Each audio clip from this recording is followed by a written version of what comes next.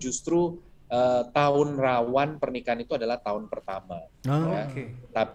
Tapi ada juga dari lembaga psikologi di Amerika, dia bilang tahun rawan itu adalah tahun ke-7. Apa sih yang perlu dipersiapkan? Katanya ada orang yang bilang tadi Pastor bisa bilang keuangan supaya aman. Tadi kan kalau diberkati terus berarti harmonis terus. Atau apa sebenarnya? Kalau bukan keuangan terus apa? Kita masih bicara bersama Pastor Belsa Irbandi, bicara soal urusan rumah tangga suami dan istri. Bukan rumah tangganya siapa? Rumah tangga kita semua, Sobat Rida. Ini bukan lagi julid ya. Dan masalah-masalah yang sering muncul begitu ya. Kalau kemarin soal keuangan, juga soal istri bekerja, suami jadi bapak rumah tangga. Sekarang adalah usia rawan.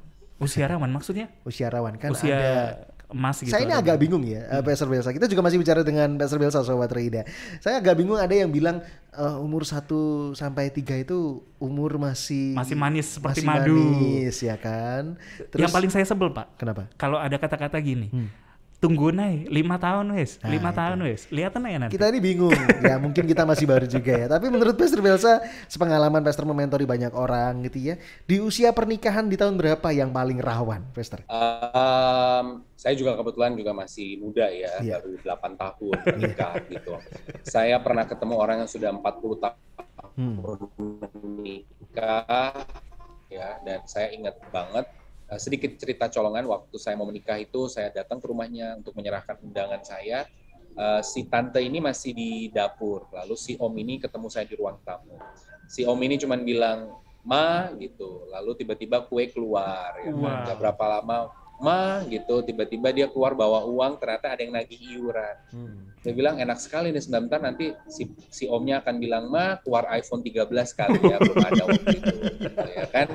Terus saya bilang, "Kok enak banget cuman Ma gitu ya, Om sama Tante sudah 40 tahun menikah, jadi udah tahu kalau bilang Ma itu dari ruang tamu berarti ada tamu, ya kan?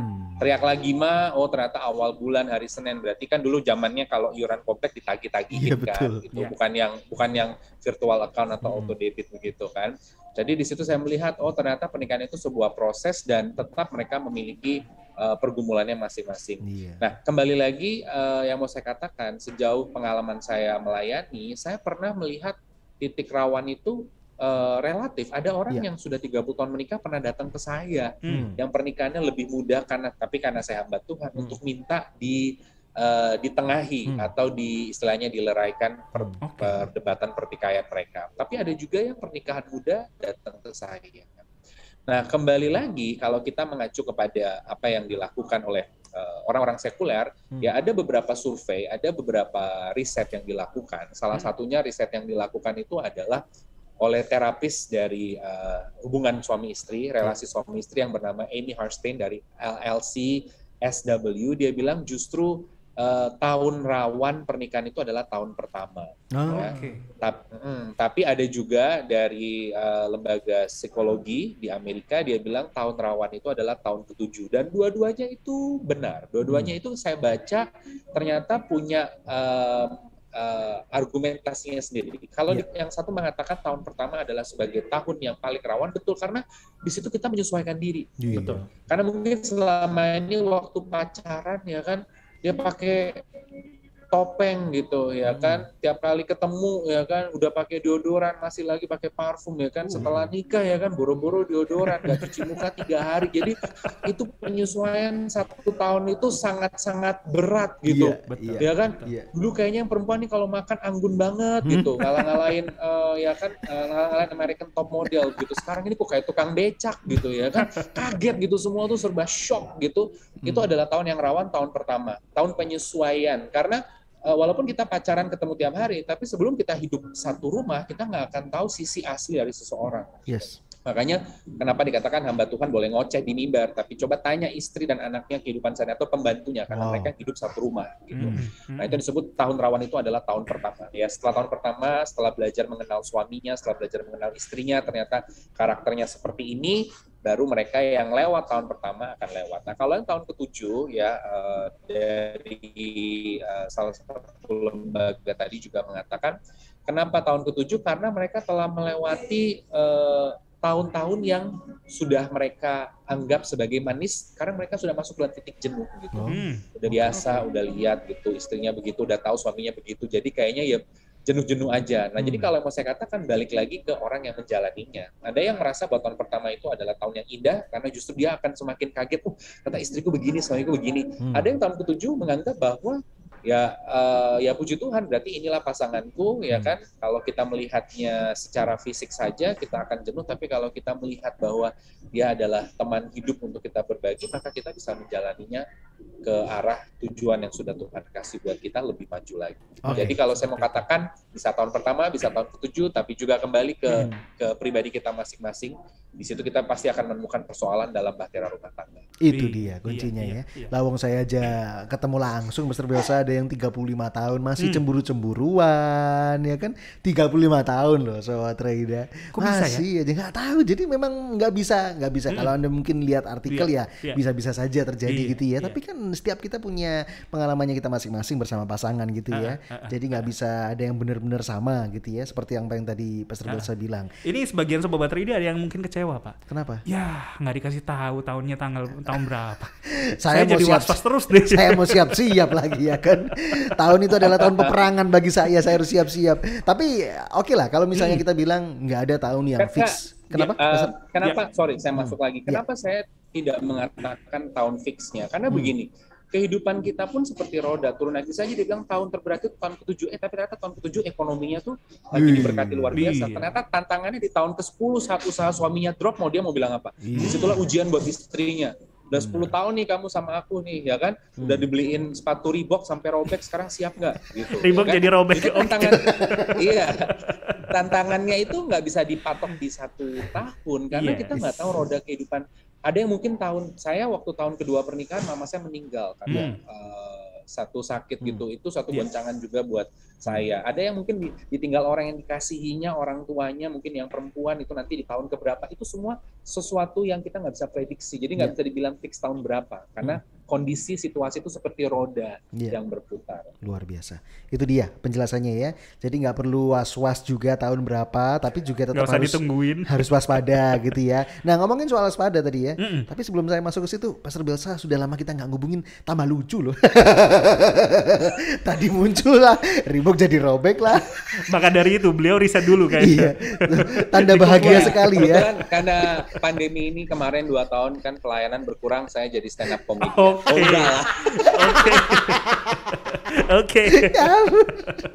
Oke, kita masuk ke apa yang perlu kita persiapkan, Pastor Biasa. Kalau tahunnya nggak bisa dijelasin tahun berapa ya, kita juga nggak bilang sih ya. Tahun berapa juga nggak ada. Tapi at least kita mempersiapkan lah ya, mempersiapkan apa yang perlu dipersiapkan untuk tahun-tahun rawan. Nah, apa sih yang perlu dipersiapkan? Katanya ada orang yang bilang tadi Pastor bisa bilang keuangan supaya aman. Tadi kan kalau diberkati terus berarti harmonis terus. Atau apa sebenarnya? Kalau bukan keuangan terus apa? Namanya kehidupan, kita tidak tahu apa yang terjadi ke depan. Tadi saya katakan kenapa juga alasan tidak bisa kita tetapkan ada tahun rawan fix date-nya atau fix angkanya, karena kehidupan ini penuh dengan situasi kondisi yang unpredictable. Nah, oleh karena itu ada satu kalimat yang cukup bagus dan itu sendiri saya juga terapkan dalam kehidupan saya. Kalimatnya adalah hope for the best, do your best, but prepare for the worst. Ya tentu dong, itu seperti firman Tuhan. Pikirkanlah yang indah, yang manis, yang baik, yang mulia. Namanya pernikahan pasti kita memikirkan yang indah, yang baik, yang manis, yang mulia dong. Bahwa kita memiliki keluarga, memiliki yang belum punya rumah, yang belum punya kendaraan, atau anaknya bisa sekolah bagaimana. Tapi kita juga melakukan yang terbaik dari sisi kita. Kalau kita bekerja semaksimal mungkin. Kita berusaha lakukan dengan sepenuh hati. Ketika kita melakukan aktualisasi diri, terus lakukan aktualisasi diri dengan baik. Tapi juga kita bersiap untuk yang terburuk. Nah, apa maksud dari bersiap untuk yang terburuk? Bukan kita mendoakan atau mengutuki, gitu. Tapi dalam segala hal tuh kita prepare for the worst, gitu. Makanya kalau misalkan kita mendidik anak, kita akan katakan bahwa ya kamu sekarang ayo makan yang benar, gitu.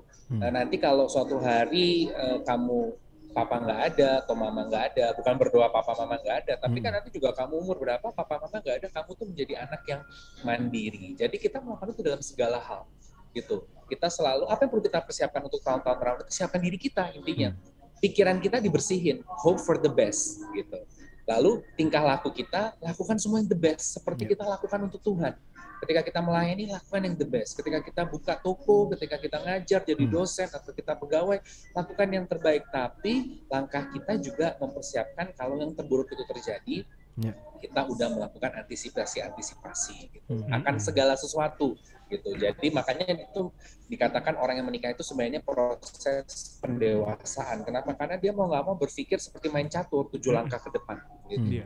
Dan nanti kalau aku, ya contoh aja ya, kayak kemarin saya misalkan pergi ke Bali. Saya kan udah bukan pergi ke Bali waktu saya masih umur 20-an gitu ya kan. Wah, tinggal naik banana boat. Banana boat anak saya di belakang, nanti dia ngebot sendiri ya kan. Jadi saya akan mikir, saya harus cari tempat-tempat yang children friendly gitu. Jadi itu disebut sebagai kita prepare for the worst gitu. Kalau kita naik mobil gitu, berarti harus siap dong kalau bannya bocor. Kita bukan mendoakan ban bocor, bukan gitu. Atau kalau kita naik pesawat, mah jangan pesawatnya yang siang-siang deh, kalau delay anak-anak makan siangnya gimana. Nah itu disebut sebagai apa yang perlu kita persiapkan dalam rumah tangga, skop besar, pikiran kita hope for the best, tingkah laku kita do our best karena Tuhan beserta kita, tapi juga kita berpikir panjang, prepare for the worst. Sisanya serahkan ke tangan Tuhan, lakukan aja bagian kita, nggak usah nuntut pasangan, kita aja melakukan itu, maka pasangan akan berubah atau juga melakukan seperti yang kita harapkan. Itu dia, ya. Berarti apa yang perlu dipersiapkan semuanya ya, Bapak Ibu Saudara, Sobat Reida. Kenapa Bapak Ibu Saudara? Emang saya lagi nge-MC? Enggak ya? Marah pendengar gitu ya Sobat Reida. Jadi apa yang perlu dipersiapkan? Ya semuanya, karena orang yang dewasa adalah orang yang matang dalam persiapan gitu ya. Nah, apa yang tadi Pastor Biasa bilang ya, apapun, kalau apalagi kita, kenapa saya bilang soal persiapan tuh kadang-kadang kita ini lupa kan persiapan ya Pastor ya. Jadi hari ini udah pokoknya dihabisin buat hari ini, seneng-seneng hari ini, ya besok ntar kan ada lagi. Ada ayat Alkitabnya kan, kesusahan sehari cukuplah untuk sehari ya Pastor ya. Beda cerita kita kali nanti itu jadi ya. Suami istri main ayat-ayatan gitu ya kan. Jadi, terus pasang di sosmed Pastor. Ingat persiapan gitu ya, ingat persiapan, bukan mendoakan yang buruk, tetapi kan bisa saja kapanpun terjadi gitu ya, apapun yang terjadi ya kita siap-siap saja. Begitu Kata-katanya ya. udah mau masuk iklan nih, ada iklan apa nih? Nabung, ini bisa nih iklan bank masuk nih ya, Anda mau siap-siap buat nabung, nah ini iklan bank masuk ini. Masuk tuh. Pastor biasa kaget, kenapa saya nggak dikasih tahu kalau ada iklan bank? Kalian ini ditakdirkan bersama, ya Tuhan sudah memberkati, kalian harus mewartakan Kristus lewat pernikahan kalian. Salah satunya adalah lewat kesepakatan itu yang tidak mudah. You are listening to pujian terbaik yang memberkati 96.4 Bahtera Yuda FM. The sound of faith, hope, and love.